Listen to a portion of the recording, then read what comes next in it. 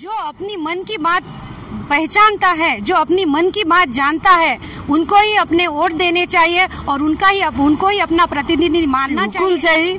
जर ते असे म्हणत असतील विपक्षाला पूर्ण खतम करण्याचा त्यांचा असा दांडगा त्यांचा नियोजन आहे, तर मग ही लोकशाही नाहीच खतम होत असेल तर कुठेतरी महामानवाच्या विचारावर चालणारी पार्टी बाहेर निघायला पाहिजे सर। कोणता उबाटा आहे आणि कोणता बीजेपीचा गट आहे त्यांना मी त्यांची जागा दाखवली ना कमल चमन में होंगी, अमन में होंगी, ना कमल चमन में। नमस्कार, आपण पाहता संघर्ष टीव्ही आणि संघर्ष टीव्ही मध्ये मी पवन आडे आपलं सहर्ष स्वागत करीत आहोत। आज आपण आलेलो आहोत यवतमाळमध्ये आणि यवतमाळ येथे समनक जनता पार्टीचे उमेदवार प्राध्यापक अनिल राठोड यांचे आज नामांकन अर्ज दाखल करणार आहेत। नामांकन अर्ज दाखल करण्यासाठी ते आत गेलेले आहेत आणि आपण आहोत जिल्हाधिकारी कार्यालय यवतमाळकडे। हे बघा, हे गेट आहेत जिल्हाधिकारी कार्यालयाचे गेट आणि आत प्राध्यापक अनिल भाऊ राठोड हे नामांकन अर्ज दाखल करण्यासाठी गेलेले आहेत आणि समनक जनता पार्टीचे काही जे सदस्य आहेत हे इथे उपस्थित आहेत। आपण त्यांची भेट घेणार आहोत। काय प्रमुख विष्णू राठोड, समनक जनता पार्टी महिला जिल्हा अध्यक्ष। सर, आज का समनक जनता पार्टी स्थापन करायचं काम पडलं आणि लोकसभेसाठी जे आपले अनिल भाऊ राठोड आहे हे अर्जदारी दाखल भरायचं का काम पडलं तर जर आपल्याला शाळा वाचवायच्या असतील तर शाहू फुलेच्या विचारांची गरज आहे। जर आया बहिणींचे संरक्षण करायचं असेल तर छत्रपती शिवाजी महाराजांच्या विचारांची गरज आहे आणि संविधान जर वाचवायचं असेल तर डॉक्टर बाबासाहेब आंबेडकरांचं संविधान अबाधित ठेवायची गरज आहे। म्हणून या महामानवाच्या विचारधारेला घेऊन समनक जनता पार्टी बाहेर निघालेली आहे। याच्यासाठी आम्ही लोकसभेसाठी प्राध्यापक डॉक्टर अनिल भाऊ राठोड यांचा अर्ज दाखल करण्यासाठी आलेलो आहोत। देशातलं जे शासन आहे सर हे हुकुमशाही पद्धतीकडे चाललेलं आहे, जे देशाचं शिक्षण धोक्यात आलेलं आहे। आज महाराष्ट्रामध्ये 65,000 शाळा बंद काढण्याचा GR काढलेला आहे सर शासनाने। जर लोकशाहीच खतम होत असेल तर कुठेतरी महामानवाच्या विचारावर चालणारी पार्टी बाहेर निघायला पाहिजे सर। कुठेतरी हे थांबायला पाहिजे। जे दिवसा ढवळ्या मणिपूर राज्यामध्ये 2 महिलांवर अत्याचार होतात सर आणि त्यांना दिवसा ढवळ्या नग्न करून मोकळ्या रस्त्यावर फिरवल्या जाते आणि प्रशासन ते बघायची भूमिका घेतात, हे आम्ही नाही पाहू शकत सर। याच्यासाठी आम्ही समनक जनता पार्टीचा जसं चळवळीमध्ये काम करून हा अनुभव आलेला आहे सर। जर आपण चळवळीमध्ये कितीही काम केले काही केले तरी हे शासन जे सत्तेमध्ये बसलेले लोक आहेत ना हे आपलं काही चालू देत नाही सर। निवेदन घ्यायला पण तयार नसतात हे लोक। याच्यासाठी असं वाटतं की सत्तेत जाणं गरजेचं आहे, पण सत्ता खराब नाही आहे सर, सत्तेत गेलेले लोक खराब आहेत। यासाठी महामानवाच्या विचारांचे लोक सत्तेत जाणं गरजेचं आहे। गोपाल चव्हाण इथे यवतमाळमध्ये स्थानिक आहे आणि आज हे सगळे जे कार्यकर्ते जमले आहेत हे समनक जनता पार्टी या पक्षातून लोकसभेमध्ये आपला खासदार म्हणून प्राध्यापक अनिल भाऊ राठोड यांच्या नामांकनासाठी हे सगळे लोक जमले आहेत। खरं तर या पक्षाचं जे विचारधारा आहे आणि पक्षांची जे अजेंडा आहे ते सामान्य माणसांसाठी आणि सामान्य जनतेसाठी त्यांच्या हक्कांसाठी लढण्यासाठी हा पूर्ण पक्ष स्थापन करण्यात आलेला आहे आणि याच दृष्टिकोनातून त्या लोकसभेमध्ये किंवा जिथे कायदा बनतो ते सामान्य माणसाच्या हक्कासाठी आणि सामान्य माणसाच्या अधिकारांसाठी कायदा बनवण्यासाठी सामान्य माणसातून कोणातरी निवडून तिथपर्यंत गेला पाहिजे।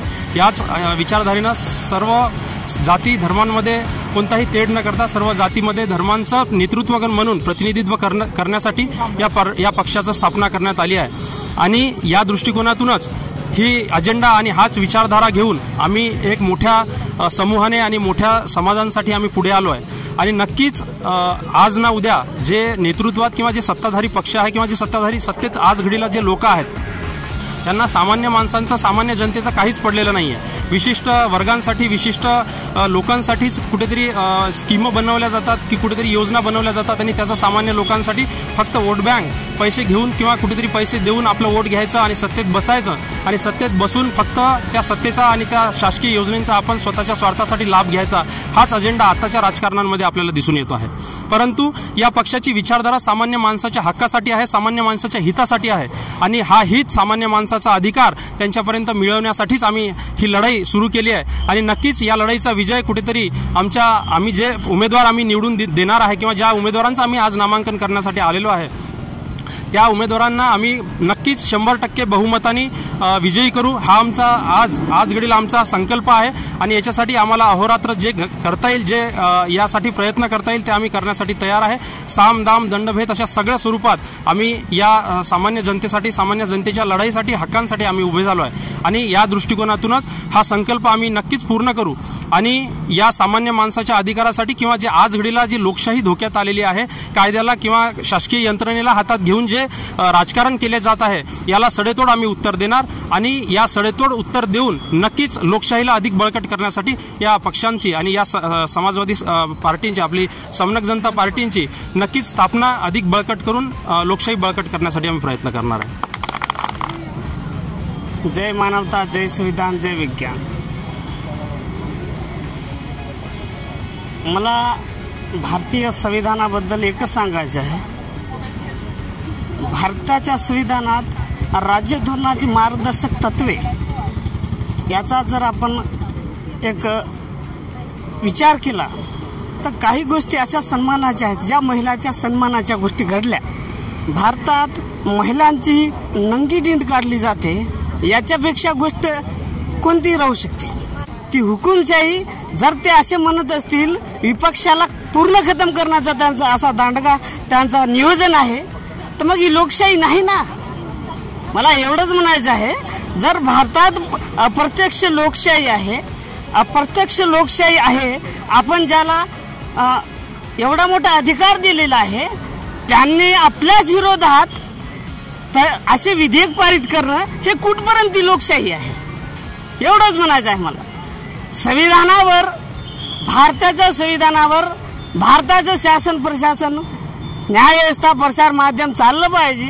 जे खरं आहे ते दाखवलं पाहिजे. एवढंच मला भारताच्या बहुपक्ष पद्धती. मैं सरोज भैरव सिंह जाधव, मैं यवतमाल से हूँ. समनक जनता पार्टी यहाँ इसको आगे लाने का ये उद्देश्य है. जो हमारे भ्रष्टाचार चालू है वहाँ पे हमको कहीं तो भी पाबंदी लानी है और कहीं तो भी वो रोकना है. इसलिए अनिल बाबू राठौड़ को समनक जनता पार्टी के तरफ से हमने खड़ा किया है. उसी तरह से जो अपन देखते हैं कि जो साधारण सर्वसाधारण लोग हैं उनको कहीं न्याय नहीं मिल रहा है, वो न्याय पाने के लिए हम साधारण लोगों से यही उम्मीद कर सकते हैं कि हमको वो कहीं तो भी लोकसभा, विधानसभा में ले जाके हमको कहीं तो भी खड़ा करे और हमारी न्याय, हमारी मांगे पूरी करे. इसलिए हमने समनक जनता पार्टी स्थापन की है और हमारा यही कहना है कि हमारे देशवासियों को, हमारे भाई बहनों को यही कहना है कि जो अपनी मन की बात पहचानता है, जो अपनी मन की बात जानता है, उनको ही अपने वोट देने चाहिए और उनको ही अपना प्रतिनिधि मानना चाहिए और उनको ही आगे बढ़ाना चाहिए. जबकि अपनी मांगे ऊपर तक पहुंचा ही सके और अपना कोई तो भी जानने वाला, अपना कोई तो भी पहचानने वाला वहाँ पे वो कुर्सी पे जाके बैठा हो, ऐसे मुझे लगता है करके बहुमतों से अनिल बाबू राठौड़ को लोकसभा में अब आप विजय करो, ये मेरी मांग है. धन्यवाद. आता आम्ही बघतोय महाराष्ट्रातनी सगळेच पक्ष एकमेकाच्या खाली दबलेले आहे.